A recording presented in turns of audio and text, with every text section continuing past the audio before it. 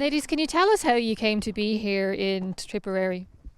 Hi, we got letters on last week Wednesday from IPAS saying that we are being moved on Tuesday And where were you up until then? in City Arc, City West.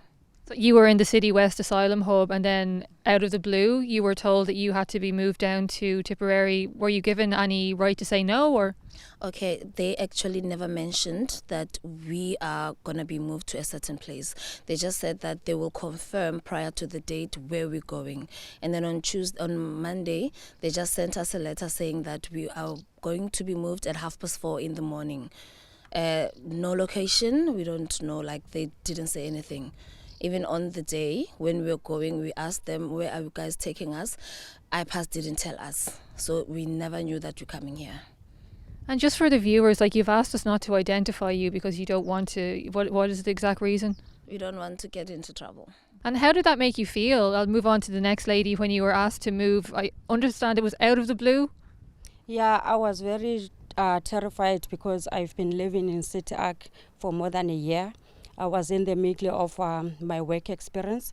I'm doing healthcare assistant, so I was in the middle of my work experience. So my child, she's going to the second class, and I had just bought uniform for her. So it was my life. It was terrible because another thing, my child is also attending therapy in a school, and I tried to talk to IPAS, which I've got this situation. Can you reconsider moving me, because she struggled to settle in when we moved here and also at the school. So they decided to recommend therapy for her. And now for her to be moved again to a new school, to a new environment. So I was really scared, and I tried to talk to the management of City Arc. They couldn't help me. They said I must talk to IPAS. I'll move on to the next lady for this question.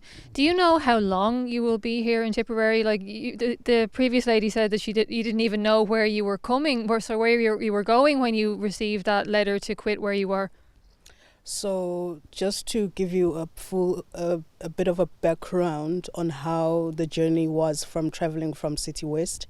4:00 we were told to be in the basement with our bags, and from the basement we left with the transportation to bring us here, but we kept being taken to areas where we didn't know. We stopped at one area where we stopped for more than 45 minutes. We requested information. No one told us anything. We went to the bus driver to find out why we are being stopped here in the middle of nowhere where we don't know.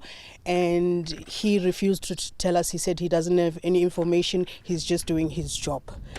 When we arrived here, we were traveling for 5 hours in the bus with children.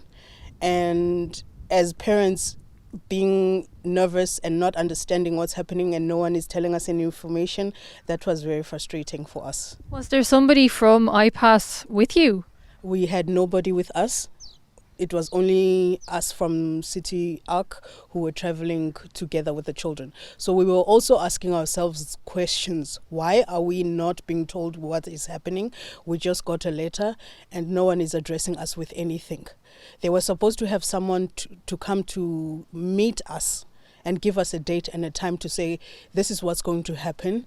We're suggesting this. How do you guys feel about the situation? Because we have less accommodation for you, or this place has a contract that is ending and we are trying to resolve issues with you guys to have a place to stay.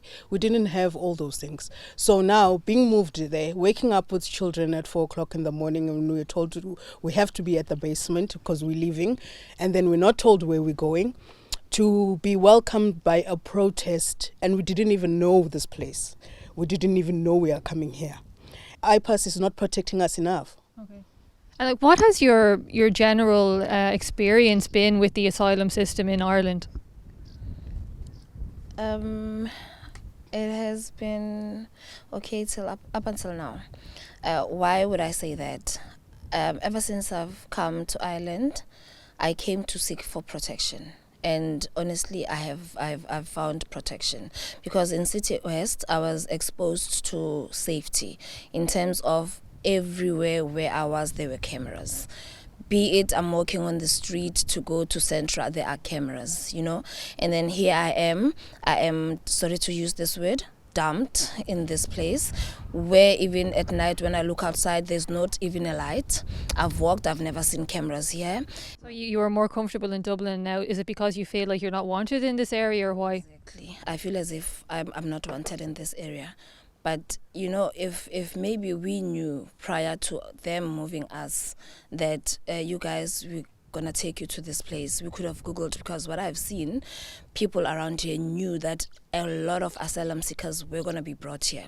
So if we saw that, we could have at least suggested bring single people, men or women. We have children. We can't risk our children seeing us this anxious, you understand. Now we need to do this for them, you understand. So now it was like, too much for us. Do you understand why the local people down here are upset at what IPAS are doing? Yes, I do understand, because when I was going through the internet, I got the information that it's a small village with 175, and then they are bringing 200 of asylum seekers here. The infrastructure is not there. The schools, the doctors, no jobs. So why are we here? Because for me, where I had already created friends. I was a volunteer with the South Dublin volunteers. I've got a church where I go to. So I have made friends. I was comfortable. And then here I am. Where am I going to get employment? Who is going to employ me? Where is my child going to go? The school, recreation. I don't even know where to start. Right now, it's for me, I just got my luggage today. So I've been here Tuesday, no toiletries, nothing.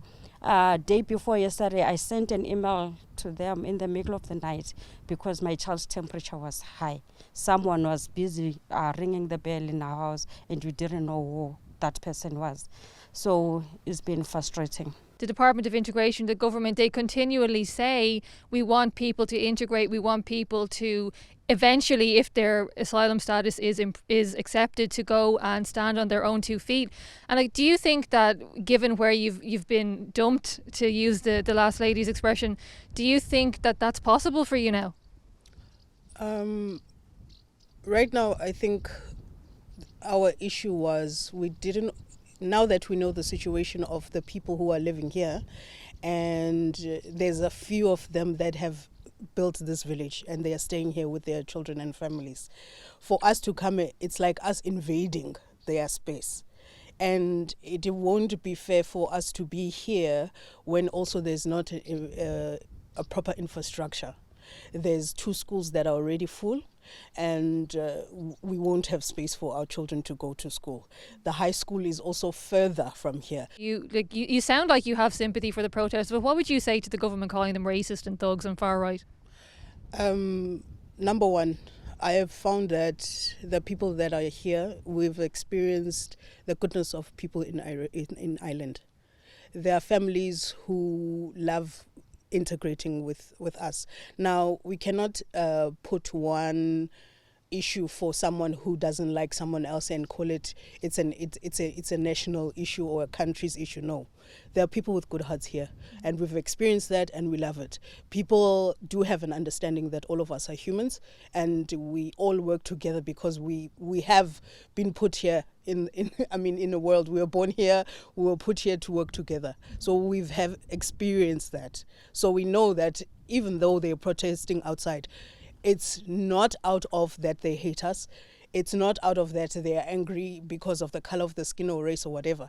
But it's the benefit of people placed in the country, And we as outsiders or immigrants, we also don't want to force ourselves in a place where it's the people of that place are not safe as well. Okay. Would anyone else like to answer that question? No, we do understand. We understand why they are doing that. I think the government won't understand because they don't want to put themselves in their shoes or in our shoes. maybe we understand because we're in the same situation, because they're frustrated, they're anxious, the very same things with us. So if maybe the government can actually come and stay here and be dumped with 280 people out of their population that is very small, maybe they would understand. The people who are running these sites they're being paid an awful lot of money. It's hundreds of millions. Do you think that, perhaps the people who are running these things, do you think that they actually care about people like you, or do you think they're in it for the money? I think they're in it for the money, because I think the EU is paying a lot of money to them, and also the government is not affected by this. In wherever they're living, they are not dealing with what the citizens or the immigrants are dealing with. When we came here, I think they had made an arrangement with the hotel to offer us food. At first, the food that was offered to us, it was so inhuman. We were served in paper plates, and then we were served, they brought soup and bread in a car. We were served, they opened the boot, it was like in a boot, so we had to make line and serve and then we're looking at ourselves, what is going on? And there's no one saying anything. And then yesterday when we went for breakfast, they couldn't serve us breakfast. They said, first we were told that we're supposed to come at 10. The Ukrainians, their breakfast starts from 8 to 10, and then yours 10 to 11. When we got there, they said, no, there's no breakfast, you came late. But we're given time, a schedule that we're supposed to be here. So our kids had to eat the leftovers from other people. So, do you feel like you're treated, worse than the Ukrainians? Yeah, we are not treated equally. Even where we were living in City Aku, we're not treated the same. The Ukrainians, they had more say than us. So anything, it was first served to them. So although we were comfortable, but we came to make peace with it. I was moved on Tuesday, and the experience was just horrible. If I may say. So, and when I was moved, I was working. I worked for a year now. So I had to just live like that, and I couldn't even tell my employer where I'm going, and I've signed a contract. So I just left just like that, and no one told me anything. So you were working full-time, were you, and you had your salary and everything like that? Of course, I was working full-time, having my salary, and the 38 euro was cancelled, was it 2 months ago or something? So no one explained what will happen to me or whatsoever, who's going to give me my salary, or I'm getting the 38 euro, or what's happening. So that's the situation right now. I'm frustrated of what to do, because I need my job. Well, it was hard for me in the first place to get a job. After I got that working permit, it took me months to get a job. So now if you're telling me that you're taking away the job for me, I know how hard it was for me to get a job. It's not an easy thing. Like they say, it's easy to get the permit maybe after the 6 months, but getting the job, it's another thing. Because I was there in Dublin for 2 years, I was now beginning to settle and everything. Now I'm taking back to square one. Like I'm someone that is new now in Ireland, because I'm new in this farm, and I need to go and get a job or whatsoever. So my life has just been taken back as I was coming here. I still need to apply for the 38 euro. I don't know whether you still need to apply it for whatsoever. That's the situation right now. Would you ever feel that you regretted coming to Ireland? Yeah, you know what, sometimes you feel like that, although when you look back it's not even safe there, and you feel like sometimes you feel like maybe you don't belong in this earth, you don't belong anywhere, because back at home it's bad, here it's now becoming to be, now you feel like you're lost kind of thing. That's the feeling that we have. Some of the other ladies were telling me that there was a pregnant woman here who ran into some difficulty. Can you tell me what happened there? Yes, and unfortunately she left this morning. We're not sure where she went to. She was pregnant, and she was trying. I was with her yesterday when we were meeting some lady who came here. So she wanted to ask, is there anyone who can help me with transport? Should I have some difficulties? And there was that not clear who was going to help her. And she was mentioning that she needs to go to the hospital. Is there someone who take her there for her appointment? There was the challenge. So she was constantly crying because she didn't know. Now she felt like she's stuck. And this lady is 38 weeks pregnant. She's very heavily pregnant, I understand. Heavily pregnant. She can give birth to anytime soon. And she left this morning. We're not sure where she went to. Unfortunately, we didn't see her. And what was the condition of the accommodation when she first arrived? Some of the rooms doesn't have water. Some of the rooms are not warm. Some of the rooms, if they have water, they're not. It's not warm water. It's only cold water. The rooms were dirty, full of spiders. It was not prepared for people to come here.